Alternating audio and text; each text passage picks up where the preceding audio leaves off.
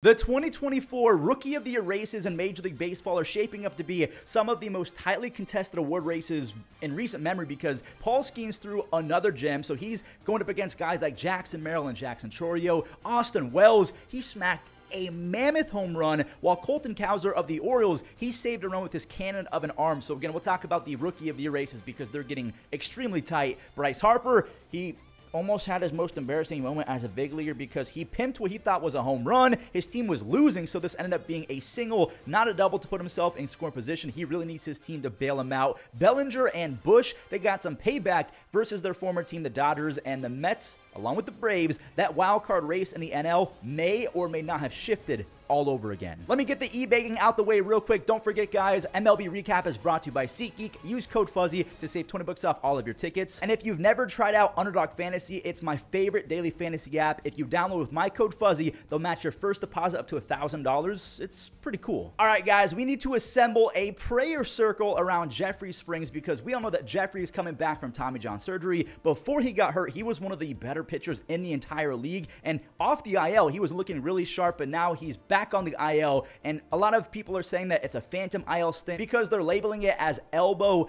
fatigue, and I'm praying that's the case. Nothing structurally wrong is happening, that it's just a breather, and maybe he's not going to pitch for the rest of the year. But if you go Taj Bradley with Shane McClanahan, Jeffrey Springs, Ryan Pepio, Drew Rasmussen as a 1 through 5, probably Drew Rasmussen is ahead of Ryan Pepio in 2025 with some up-and-coming prospects on offense, the Rays, they could be sneaky good as soon as next year. So apparently Tyler Alexander wants in on that Rays pitching staff combination conversation, even though we all know he's not a true starter. But he did hold the Phillies scoreless through 4 shutout after he came in once the opener left the game. Then he got jinxed big time. So the Philly broadcasters, they brought up the fact that he's a home run allowing machine, and Kyle Schwarber immediately hit a home run. That's his 34th home run. He has a 140 OPS plus. And by the way, Schwarber has a 370 on base, so he's an insanely efficient leadoff hitter. Carlos Estevez, he's going to get a...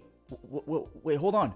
I thought he was about to give Christopher Sanchez the W. Johan Rojas, he is one of the best defenders in baseball. He gave Brandon Lau a early Christmas present. We are now tied at 1-1 when the two-timer did a no-no. Bryce, he pimped a home. Nope, that's not a home run, and it's not a double. It's now a single. Not a great look. I love Bryce, but that is not awesome. However, his teammate Bryson Stott did beat out infield single. Buddy Kennedy, he took a walk to load the bases for Cody Clemens. So fortunately for the two-timer, Bryce's little mental mistake is not going to be remembered because Cody walks it off. Harper owes him steak for the next 4 weeks. Christmas also came early for Guardians fans. They got to face off against the White Sox, while the Royals, they had to take on the Yankees. Cleveland, they found themselves up 2-0 in RBI base hits from Josh Naylor and Lane Thomas. Naylor's up to 101 RBIs. I have no idea how he scored on this next play because he was stumbling and rumbling around the bases, but that does give Lane an RBI double. Lane has been Sammy Sosa over the last 2 weeks. David Fry, he just reminded us all that every day is Friday. Listen, I love David Fry and my Guardians. He's got 14 home runs and a near 130 OPS plus, but Brent Rooker, he deserved the DH spot. He's got like 20 more home runs now. Anyway, the rookie Joey Cantillo, it is not Cantillo. He had maybe the best start he's ever had. He had 5 strikeouts through the first 3. He kept it moving. Not before Bo Naylor stung a pitch for his 12th home run of the season. By the way, he has 6 home runs over his last 26 starts. Joey Cantillo, he was perfect through 5 with 8 strikeouts. He had 1 more strikeout in the 6th and another in the 7th. He went 6 2/3 perfect frames with 10 strikeouts.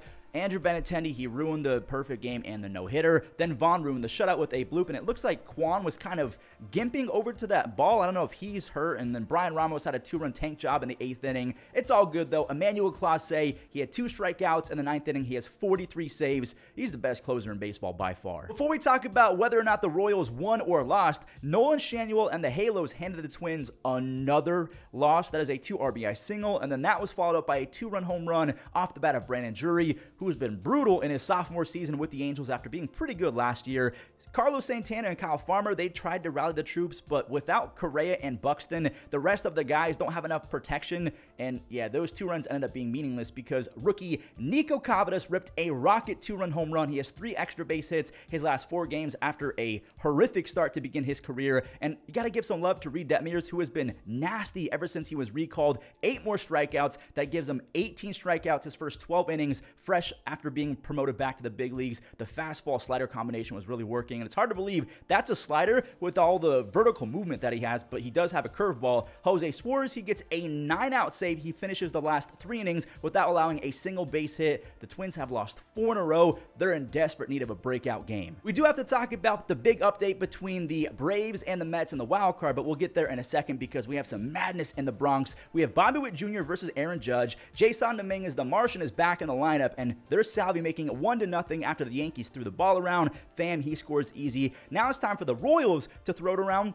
There's Jason. He got a base hit, a stolen base, and then he walked home. He ties it after the bat throw to third base. Verdugo, the fire might have just been lit under his you-know-what, and I'll never forget when Alec Bohm was struggling, and they teased Bryce and stopped maybe playing third base. Alex said, nah, he turned it up a notch. Competition breeds excellence. Maybe the same thing is about to happen with Alex Verdugo, and I don't know what happened here, but Glaber and Soto, they had a lack of communication, or maybe they just misjudged the flight of that ball or the path of it. Bobby, he scored from first base on a bloop, and poor Rodon, I mean, this next clip, that was his fault. Renfroe hit a solo home run, but Aaron Judge had his pitchers back. He singled through that third base and shortstop gap to tie it at 4. Austin Wells, a titanic home run if you ask me. Look at the pimp job. The 702 boys, that's just the area code for Las Vegas. They rake. He added a 4th RBI on a double in the 8th inning. Yankees beat up the Royals 10-4 as Austin Wells is now batting .310 with 28 RBIs in 27 starts as the Yankees cleanup hitter. That's their 4-hitter. Yankee fans, rejoice. It finally happened. You won on a day that the Orioles lost, and the Orioles lost big time too. Oh, I do want to show this. I know that Baltimore got spanked. That is a 6-star play from Cedric Mullins. Now, I know they usually only go up to 5 stars, but I'm giving that a 6. From there, Rob Refsnyder clobbered a 2-run home run. He was fired up in the dugout. Tyler O'Neill, this ball's gone. By the way, Tyler O'Neill had 2 in this game. The second came way later in the game. He did have 3 extra base hits on the night. This was a double, but he had an RBI stolen because Colton Cowser has a rocket attached to the right side of his body. That is a seed to save a run. It didn't really matter, though, because Cedon, he clutched up moments later. The Baltimore manager, Brendan Hyde, he showed some frustration. He tossed something in the dugout. I rarely have seen that from a manager.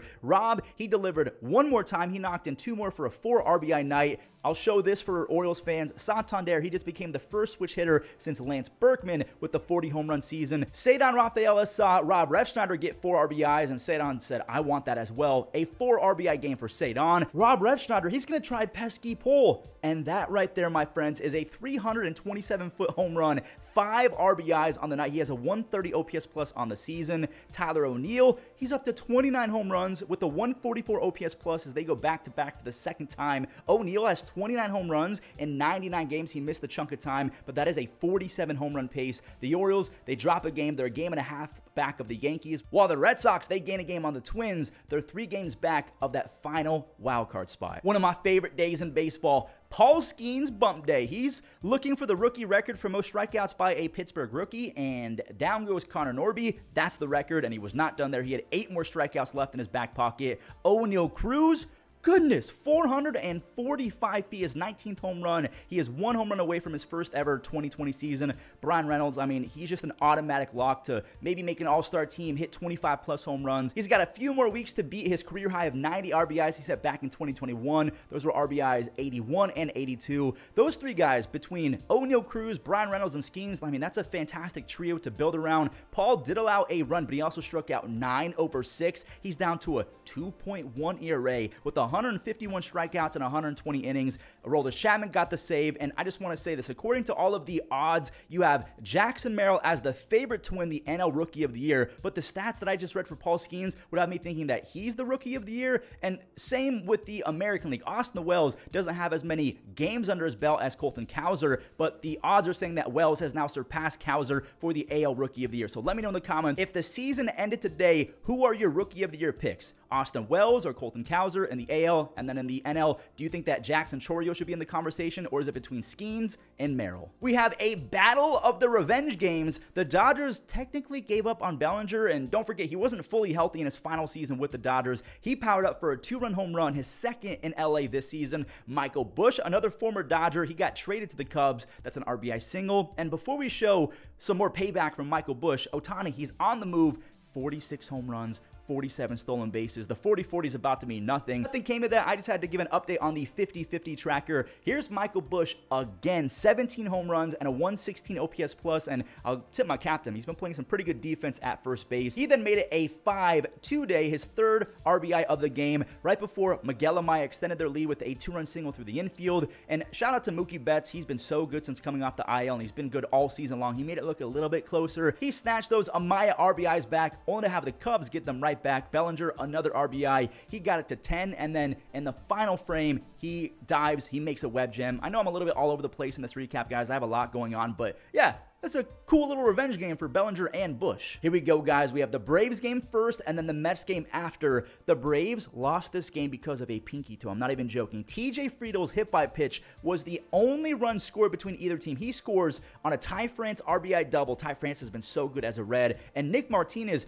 he turned in his best start since signing with the Reds. And then he got some help from Ty France again, this time on the defensive side of things. That's a beauty of a web gem. Charlie Morton, I mean, he was actually really good aside from the one mistake to Ty France, and it's not even really a mistake because the Braves usually score more than one. Martinez, he went 7 shutout with 5 strikeouts, and then the bullpen held the Braves no hit over the final 2 frames. Alexis Diaz now has 27 saves. The Braves went 1, 2, 3, 7 times. It all boils down to this. Not really, because there's still a few games left, but if the Mets win, they'll officially kick the Braves out of the playoffs as of right now. So JD Martinez made it 1-0. Pete Alonso, he was showing off that elite sprinter form as he scores. Tyler McGill, he went 5 scoreless. He retired 13 consecutive hitters at one point, 14 on this ground out, 15 on the strikeout, make it 16 in a row. This McGill guy went 6 scoreless with 9 strikeouts, and as soon as he came out the game, the bullpen folded. Leo had an RBI hit by pitch, so he got hit with the bases loaded. Toronto even took the lead on a sac fly. Things are not looking great for the Mets, but like, same with the Jays, because there was an error. Then they walked a guy to set up a bases loaded chance for the Mets.